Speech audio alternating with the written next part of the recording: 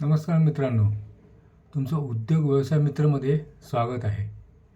आज माझा विषय आहे उद्योग एक पुरोगामी वाटचाल. उद्योग पुरोगामी वाटचाल ही असायलाच हवी उद्योगाची. हे मूलतत्व जे ओळखण्यात कमी पडतात ते काळाच्या ओघात वाहून जातात आणि ते नामशेष होतात. मी नंतर तुम्हाला काही उदाहरणं सांगेन की जे तुम्हाला पण माहिती आहे की ते काळाच्या ओघात ही माणसं ही कंपन्या निघून गेल्या.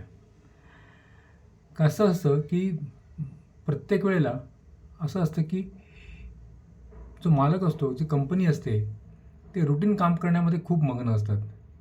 म्हणजे काय की दररोज जे काही स्टँडर्ड कामं असतात ती करायची आणि घरी जायचं. असा जर ॲप्रोच असेल मालकाचा, मी मुख्य मालकाचा म्हणतो, कारण हे माझं सगळं जे एफर्ट्स आहेत हे मालकाला जागरूक करण्याकरता आहेत.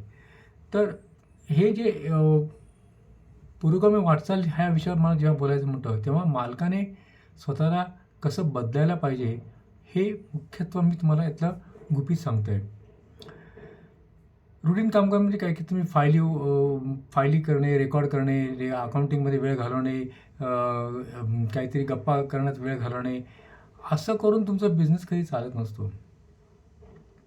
तुमच्या उद्योगाला नेहमी जर संशोधनाची कास असेल, नवीन काहीतरी सारखं करून द्यायची आवड असेल आणि मागचं ज्या आपण ॲक्टिव्हिटी करतो त्याच्यामध्ये सुधारणा करण्याची जर तुमच्याकडे जर इच्छा असेल, तर तुम्ही धंद्यामध्ये, बिझनेसमध्ये नक्कीच पुढे जाऊ शकता. नक्कीच तुमचा पाय रोवू शकतो. आता मी कंपनीचे 3 प्रकार पाहिलेले आहेत. एक ढोबळप्रमाणे मी 3 प्रकार कंपनी म्हणतात की पहिल्या वर्गात मोडणाऱ्या कंपन्या ज्या असतात त्या सतत नव्या कल्पना आणि नवीन पद्धती अंमलात आणायचा प्रयत्न करत असतात. हा पहिल्या कंपनीचा एक प्रकार आहे. नंतर दुसरा असा आणि थोडक्यात काय आहे की ते गिऱ्हाईकाचं जे काही आक्षेप आहे, गिऱ्हाईकाचं जे ऑब्जेक्शन आहे त्याच्यावरती ते खूप जागरूक असतात. गिऱ्हाईकाने सांगितलेला एक बदल करा तर त्याच्यावरती नक्कीच ते विचार करतात. म्हणजेच ह्या कंपन्या सतत नव्या इन्व्हेन्शन्स, संशोधनामध्ये धडपडत असतात, नव्या कल्पनांमध्ये धडपडत असतात. दुसऱ्या कंपन्या ज्या असतात ते जमेल तेवढं फक्त अनुकरण करायचं आणि जिवंत राहायचा प्रयत्न करायचा. म्हणजे फारसं काही आपण त्याच्यामध्ये इंटरेस्ट दाखवायचा नाही, पण ऑफकोर्स म्हणजे जिवंत राहण्याकरता जे काही घडत असतील ते करत राहायचं. हे दुसऱ्या वर्गामधल्या कंपन्या आहेत. आणि तिसऱ्या वर्गातल्या कंपन्या ज्या आहेत ना, ते ह्या गोष्टीकडे लक्षच घालत नाहीत. संशोधन, रिसर्च अँड डेव्हलपमेंट, नवीन कल्पना, नवीन काही ह्याच्यामध्ये ते बिलकुल लक्ष घालत नाहीत. म्हणजे म्हणतात ना की मांजर डोळे बंद करून दूध पितं, अशी त्यांची अवस्था असते की त्यांना माहिती आहे की हे सगळं आजूबाजूला चाललेलं आहे, पण तरी ते स्वतःला बदलण्याचा प्रयत्न करत नाहीत. ह्याला तिसऱ्या वर्गातल्या कंपनीने मी मोडतो. या 3 वर्गामध्ये ॲक्च्युली कंपन्या सगळ्या आधारित आहेत. तर मित्रांनो, जेव्हा बाजारपेठेमध्ये स्पर्धा होते, कारण there is a cutthroat competition. ह्या कॉम्पिटिशनमध्ये जर तुम्हाला टिकायचं असेल तर सतत नवीन कल्पना तुमच्या उद्योगधंद्यामध्ये यायला पाहिजेत, त्या अंमलात आणल्या पाहिजेत, त्या कर्मचाऱ्यांकडून करून घेतल्या पाहिजेत. हे मालकाचं खरं मुख्य काम असतं. मालकाने फक्त मालकगिरी करून उपयोग नसतो. मालकाचं मुख्य काम काय असतं तर नवीन कल्पना, नवीन संशोधन आणि नवीन बदल करून आणणे उद्योगाच्यामध्ये, हे त्यांनी सातत्याने करायला पाहिजे. आता कसं असतं बघा, काही हॉटेल्स असतात. त्या हॉटेल्समध्ये तुम्हाला माहिती आहे की पदार्थ सारखेच असतात, पण समजा कुठल्या एका हॉटेलवाल्याने घरपोच डिलिव्हरीचं जर कल्पना आणली आणि ती त्यांनी व्यवस्थित अंमलात आणली, तर ऑफकोर्स हा त्याच्या दृष्टीने एक चांगला मार्ग आहे की त्याचा उद्योग वाढवण्याकरता. आता हल्ली अर्थात झोमॅटो किंवा अनेक अशा काही कंपन्या आलेल्या आहेत की ज्या हॉटेलमध्ये जाऊन ते सामान उचलतात आणि तुम्हाला घरपोच डिलिव्हरी करतात. पण झोमॅटोबरोबर करार करायला पाहिजे शेवटी तो. हा झोमॅटोबरोबर जो करार तुम्हाला करायला पाहिजे, जे काही असेल ते अडचणी असतील त्या फेस करून तुम्हाला करायला पाहिजे. म्हणजेच काय की तुम्हाला स्पर्धेत टिकवण्याकरता नवीन कल्पना अंमलात आणल्या पाहिजेत. नव्या कल्पना, नव्या योजना अंमलात आणण्यासाठी कंपनीच्या कामकाजाचा सतत आढावा घेत राहणे आवश्यक आहे. बऱ्याच कंपन्या तिमाही, 6 वार्षिक आढावे घेत असतात. काही कंपन्या एक स्पेशल मीटिंग वगैरे बोलून कर्मचाऱ्यांकडनं काही इनपुट्स घेऊन किंवा हे बाजारामधले जे काही संस्था आहेत त्या संस्थेमध्ये जाऊन म्हणजे व्यापारी असोसिएशन किंवा अशा काही संस्था आहेत त्यांना ते मेंबर होऊन सतत बाजारात काय चाललं आहे आणि बाजारामध्ये काय मिळते आणि बाजारात कंपन्या काय देत आहेत ह्याचा आढावा घेत राहत असतात आणि हे करणं फार आवश्यक आहे. कंपनीची प्रगती करायची असेल तर प्रायोगिकतेची वृत्ती बाळगणे गरजेचे ठरते. काही प्रयोग फसले तरी हरकत नाही. 10 प्रयोग जरी फसले तरी 11वा प्रयोग यशस्वी झाला तर तो संपूर्णपणे 10 प्रयोगाचा जो खर्च जो आहे तो मिटला जातो, तो काढला जातो. म्हणजेच काय मित्रांनो, की तुम्हाला सतत नवीन कल्पना, नवीन तंत्रज्ञान हा एक महत्त्वाचा मुद्दा आहे. नवीन तंत्रज्ञानाचा तुम्हाला कायम आढावा घेत राहणं आवश्यक आहे. मी तुम्हाला सांगतो, अगदी पूर्वी एक 30-40 वर्षापूर्वी झेरॉक्स मशीन जे होते ते झेरॉक्स मशीन एक पेपर झेरॉक्स काढण्याकरता त्या मालकाला एक मोठी पाटी असायची. त्या पाटीवरती तो पहिले पावडर टाकायचा, पावडर टाकून ते त्या याच्यावरती ठेवायचा आणि नंतर मग त्याच्यावरती तो कागद फिरवायचा. हे असं काही काही झेरॉक्स काढले जायचे, ज्याचं करून एक झेरॉक्स प्रिंट काढायला जवळजवळ 1-2 मिनटं लागायची. आज तसं नाही आहे. आज ते तंत्रज्ञान एवढं पुढे गेलेलं आहे की एका बटनावरती सगळं ते घडत असतं. म्हणजेच तुम्ही झेरॉक्स मशीनचं जेव्हा उद्योग करता तुम्हाला मागची टेक्नॉलॉजी टाकून द्यावी लागते.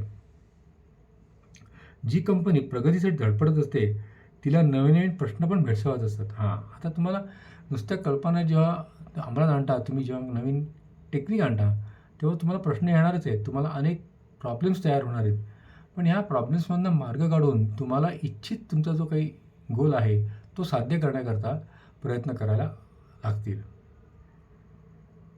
नवीन कल्पना, नव्या पद्धती, रिसर्च वर्क याचा शोध घ्यावा लागतो आणि याबाबतीत जागरूक नसणाऱ्या कंपन्या कालबाह्य होण्याची शक्यता असते. थोडक्यात तेच म्हणजे की जर तुम्ही आळसाल्यासारखे जर कंपनीमध्ये बसलेले असाल आणि तुम्हाला नवीन कुठल्याही उद्योगाचा, नवीन कल्पनांचा तुम्हाला जर आत्मसात करायची इच्छा नसेल तर तुम्ही ऑफकोर्स या धंद्यातनं कालबाह्य होणार. तेव्हा तुम्ही मालक म्हणून मी तुम्हाला सांगतो की तुम्हाला कायम नवीन कल्पनांची, नवीन रूढींची, रूढी म्हणत नाही, नवीन टेक्निक्सची आणि नवीन मार्गाचा अवलंब करायला पाहिजे. मग तो कसाही असो. मित्रांनो, त्याच्यामध्ये खर्च आला, त्याच्यामध्ये पैसे गुंतवणं आलं, त्याच्यामध्ये थोडे एफर्ट्स आले, त्याच्यामध्ये थोडंसं नाविन्य आलं, धोका आहे, सगळं आहे, सगळ्या गोष्टी आहेत. पण शेवटी तुम्हाला ते करायला पाहिजे. आता काय असतं की बाजारामध्ये तीव्र स्पर्धा आहे आणि त्याच्यामुळे मला काही करता येणं शक्य नाही किंवा बाजारातील तीव्र स्पर्धा हा माझ्या मार्गातला मोठा अडथळा आहे आणि म्हणून मला ह्या फिजूल गोष्टींवरती लक्ष द्यायला वेळ नाही. मित्रांनो, हा अत्यंत चुकीचा मनातला विचार असतो मालकाचा. बाजारात स्पर्धा ही आजही आहे, कालही होती आणि उद्याही असणार आहे. ही स्पर्धा कधी थांबणारी नाही आहे.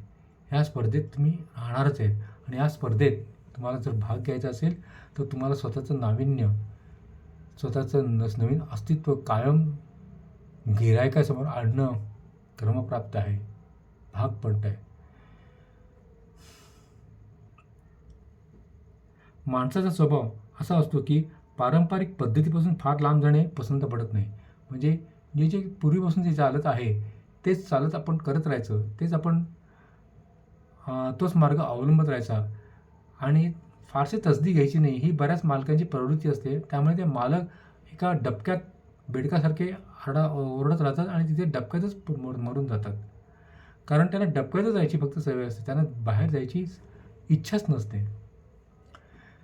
हे मी तुम्हाला पोटतिडकीने सांगतो आहे. कारण काय माहिती आहे ना, की मालकाला नाविन्य नसेल, नाविन्यपूर्णतेची आस नसेल ना, तर मालक धंद्यामध्ये नाही सक्सेसफुल होऊ शकत, काही केलं सक्सेसफुल होऊ शकत नाही. तुम्हाला दर 2 वर्षांनी प्रत्येक वेळेला असा विचार केला की आता मला काहीतरी नवीन करायचं आहे या माझ्या धंद्यामध्ये. हा तुम्हाला विचार कायम करावाच लागेल. म्हणजेच काय की यश जे आहे ते कल्पकतेतून आणि विचारातून मिळते. मित्रांनो लक्षात ठेवा, यश हे नेहमी कल्पकतेतून तुमच्या इमॅजिनेशन, तुमच्या नवीन नवीन कल्पना ह्याच्यातनंच यश तुम्हाला मिळत असतं आणि त्या विचारातून मिळत असतं. नुसतं काबाड कष्टातून नाही, नुसतंच आपलं मोलमजुरी केल्यासारखं काम करून यायचं, ह्याला कधी यश मिळत नसतं. वर्षानुवर्ष तेच मशिनरी वापरायची, वर्षानुवर्ष तेच कामगार ठेवायचे किंवा वर्षानुवर्ष तीच जागा ठेवायची, त्यातनं नाही मिळत तुम्हाला यश. तुम्हाला बदल करायलाच पाहिजे. यश हे प्रामुख्याने बदलणाऱ्या परिस्थितीनुसार स्वतःमध्ये बदल करणाऱ्यांनाच मिळत असतं. अगदी लक्षात ठेवा, यश हे प्रामुख्याने बदलणाऱ्या परिस्थितीत नुसार स्वतःमध्ये बदल करणाऱ्यांना मिळत असतं. संधी हुडकून काढून तिचा व्यापारी तत्त्वावर वापर करणाऱ्यांना ते मिळत असतं. संधी हुडकावं लागते. आता मी तुम्हाला काही उदाहरणं सांगतो. मित्रांनो, बाजारामध्ये तीव्र स्पर्धा आहे, हे सगळं ठीक आहे. एक 30-35 वर्षापूर्वी कोडॅक नावाची एक फिल्म कंपनी होती. Kodak, KODAK. त्या कोडॅक कंपनीचे कॅमेरे, त्याची फिल्म अत्यंत उत्तम दर्जाची होती. पण कॅमेऱ्यांमध्ये आणि त्या फिल्म याच्यामध्ये एवढे आमूलाग्र बदल होत गेले की नवीन नवीन कंपन्या आल्या आणि नवीन नवीन कंपन्यांनी अत्यंत नवीन टेक्निक्स, नवीन कॅमेऱ्याचे ब्रँड्स आणले. पण कोडॅकने स्वतःला बदलायचा प्रयत्न केला नाही. काय झालं? कालांतर ते नामशेष झाले. ॲम्बॅसेडर गाडी, पूर्वी आपण ॲम्बॅसेडर आणि फियाट या 2 गाड्या बघायचो. म्हणजे आमच्या लहानपणापासून आमच्या बालपणात आम्ही बघितलेलं आहे की ह्या 2च गाड्या रस्त्यावरती असायच्या आणि लोक प्रचंड त्याचा वापर करत होते. लोक ॲम्बॅसेडर आणि फियाटशिवाय दुसरा विचारच करत नव्हते. पण जेव्हा बाजारामध्ये तीव्र स्पर्धेमधून बाहेरून जेव्हा कंपन्या आल्या, सुझुकी आली, नंतर होंडा आली, हुंडाई आली, ह्या कंपन्यांनी वेगवेगळ्या प्रकारचे ब्रँड्स कारचे बाजारात आणले. काय झालं त्याच्यामधनं की ह्या ज्या जुन्या कंपन्या त्या फियाट किंवा ॲम्बॅसेडर ह्यांनी स्वतःला बदलायचा प्रयत्न केलाच नाही. नाविन्यपूर्ण विचार त्यांनी आणलाच नाही. तेच ब्रँड्स, त्याच गाड्या विकायचा प्रयत्न केला, पण त्या आंतरराष्ट्रीय टेक्नॉलॉजीमध्ये त्या टिकू शकल्या नाहीत. कालांतराने एवढं मार्केट जे त्यांनी कॅप्चर केलं होतं ॲम्बॅसेडर आणि फियाट यांनी, हे मार्केट त्यांनी पूर्णपणे घालून टाकलं. अक्षरशः ह्या कोरियन आणि जॅपनीज कंपनी हातात देऊन टाकलं. खरं म्हणजे ह्या कंपन्यांना एवढं मोठं मार्केट उपलब्ध होतं, पण त्याचा त्यांना काही उपयोग करता आला नाही. आता भले त्यांनी फियाटने काही लिनिया वगैरे काही गाड्या काढल्या असेल, पण नाही त्या मार्केटिंगमध्ये टिकल्या. का नाही टिकल्या? कारण त्यांनी 30 वर्षापूर्वी हा विचार करायला पाहिजे होता, ही लिनिया गाडी आणायचा. ती जर गाडी त्यांनी त्यावेळेला आणली असती तर कदाचित आज त्यांचं मार्केट फुल झालं असतं. फुल म्हणजे संपूर्ण गाड्या त्या घेतल्या गेल्या असत्या. कारण ह्या ज्या कंपन्या आहेत, जॅपनीज किंवा कोरियन कंपन्या, यांनी बाजारामध्ये एवढा पाय रोवला घट्ट की त्यांनी ह्या सगळ्यांना नेस्तनाबूत करून टाकलं. तर शेवटी काय होतं की अजून एक उदाहरण, पूर्वी आपण पेजर वापरायचो. एक 20 वर्ष पेजर होते, म्हणजे नुसताच मेसेज यायचा. मोबाईल नव्हते, पेजर होते. तर ह्या पेजर कंपन्यांनी स्वतःला मोबाईल कंपन्यामध्ये कन्व्हर्ट नाही केलं नाही. पेजर कंपन्या पेजरच राहिल्या आणि त्या नामशेष झाल्या. त्यांनी मोबाईल कंपन्यामध्ये कन्व्हर्ट केलं असतं तर आज त्यांचा केवढा प्रचंड मोठा बिझनेस झाला असता. सतत बदलणाऱ्या परिस्थितीला तोंड देण्यासाठी वेळीच नियोजन करावं लागतं. म्हणजे बदलणारी परिस्थिती तुम्हाला पहिले ते प्लॅनिंग करावं लागतं की मला काय करायचं आहे, मला कशात बदल करायचा आहे, कुठला बदल करायचा आहे. परंतु आपल्यापैकी बरेच जण परिस्थितीने त्यांचा तडाखा घेण्याची वाट पाहत बसतात. एकदा का परिस्थितीने तडाखा दिला की सावरून वर येण्यात फार मोठे श्रम, शक्ती व पैसा खर्च होतो. म्हणून परिस्थितीत होणाऱ्या बदलांची चाहूल आधीच घेतली पाहिजे. लक्षात ठेवा, स्वतःमध्ये वेळीच बदल करून घेण्यात आपण कमी पडलो तर आपण सध्या ज्या उद्योगावर, ज्या प्रक्रियेवर जगत आहोत, ती प्रक्रिया उद्या आपल्याला भाकरी मिळवून देण्यात उपयोगी पडेलच याची हमी देता येत नाही. म्हणजेच काय की सध्याचा तुमचा उद्योग चाललेला आहे, सध्याचा तुमचा बिझनेस चाललेला आहे, तो जर तुम्ही बदलायचा विचार करत नसाल, त्याच्यामध्ये इम्प्रूव्हमेंट करायचा विचार करत नसाल, तर तो तुम्हाला धंदा 2 दिवसांनी तुम्हाला भाकरी द्यायची असमर्थ ठरतो. एवढंच माझं म्हणणं आहे. म्हणजेच काय की पुरोगामी वाटचाल जी आहे की तुमच्या उद्योगधंद्यामध्ये कायम नवनिर्मिती हा शब्द कायम तुम्ही मनामध्ये कोरून ठेवला पाहिजे. धन्यवाद.